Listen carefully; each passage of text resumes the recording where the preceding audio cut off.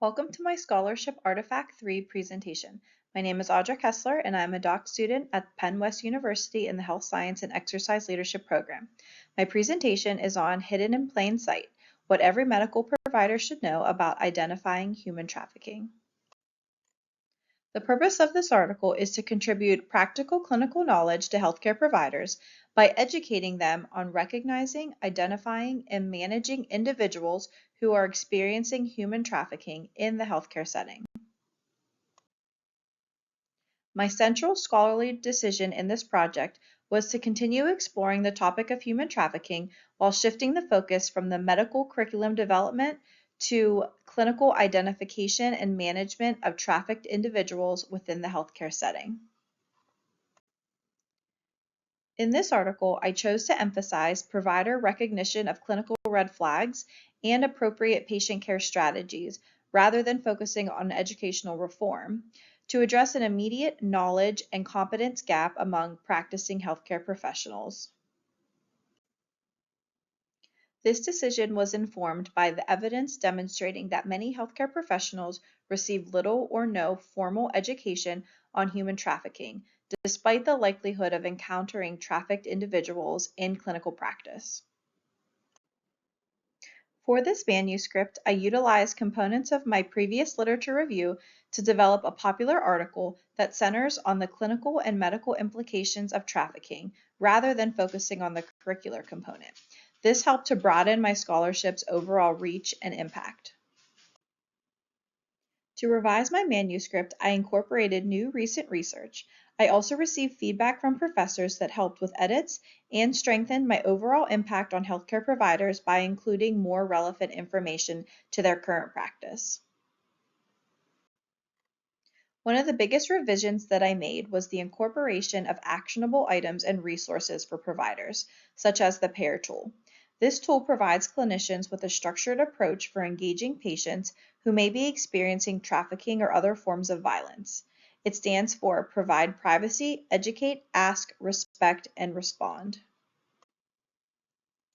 For this manuscript, I focused on the clinical perspective because it offered a more direct opportunity to improve provider awareness and patient care.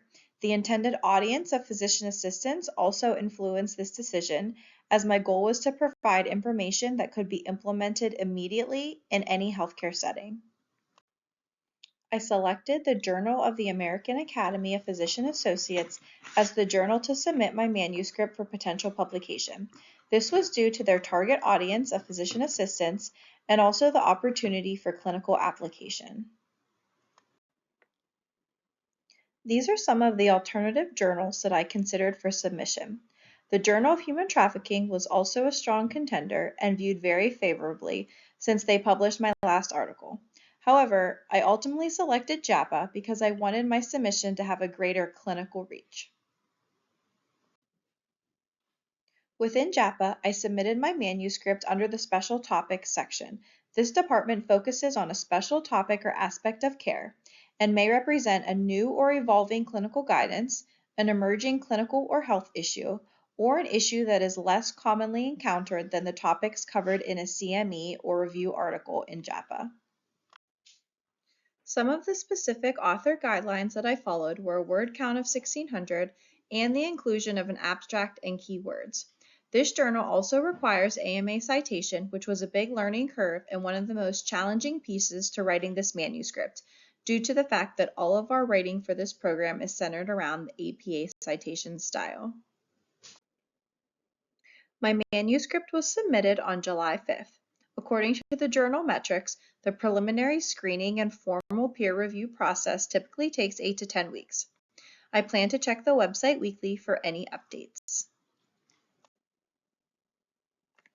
My article aligns with my vision by emphasizing the need to educate future healthcare professionals to effectively care for vulnerable populations, including those individuals affected by human trafficking.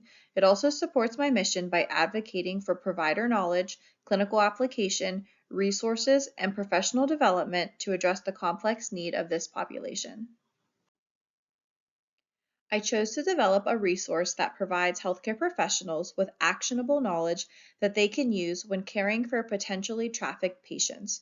This decision strengthened my ability to make practice-oriented claims and reach a clinical audience, but it limits my ability to address broader systemic issues related to healthcare education and curriculum development.